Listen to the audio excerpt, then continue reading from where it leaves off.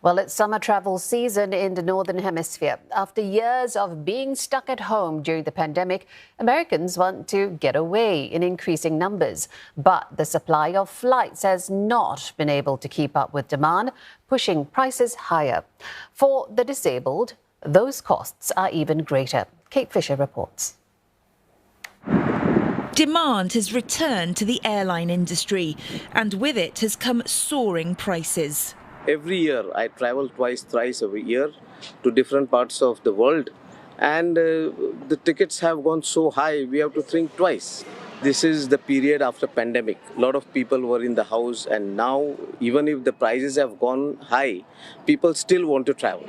That is the root cause of the rising prices, according to industry watchers. There's a lot of people who are they're willing to pay the price because they don't want to miss out anymore. I mean, honestly, I'm among them.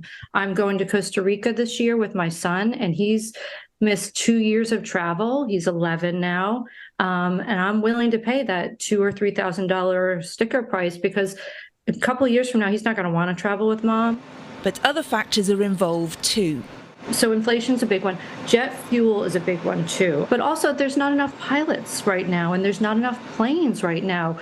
Boeing slowed down on their plane orders, and during the pandemic, a lot of airlines retired older planes.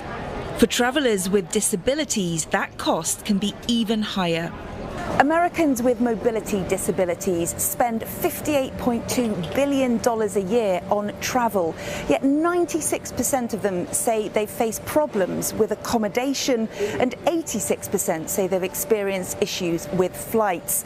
That's according to a survey of more than 2,000 people conducted by research firm MMGY Travel Intelligence. The high prices are forcing travellers of all abilities to be more savvy when they book their trips. We actually came this week instead of another week because prices were easier to come to DC this week than in a couple weeks.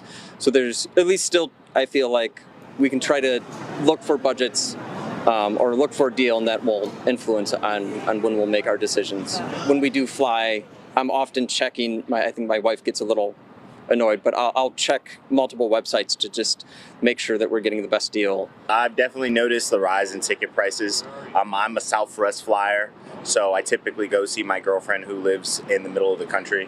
So those prices, if you don't get them out like way in advance, those ticket prices go up very quickly. I mean, right now, like the economy's hard, so it's hard for me to even get tickets at a cheap price, so as they get up at higher prices, it would probably affect my travel. With higher fares influencing consumer behaviour, some in the industry think that prices will soon start to stabilise. In some cases, the airlines have overextended themselves. They've raised prices so much that people aren't booking at the same rate that they would want to. And now flight prices are starting to stabilise a little bit, even though they are still up overall.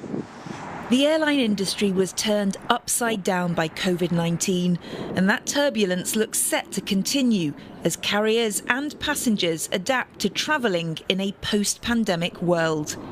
Kate Fisher, CNA, Arlington, Virginia.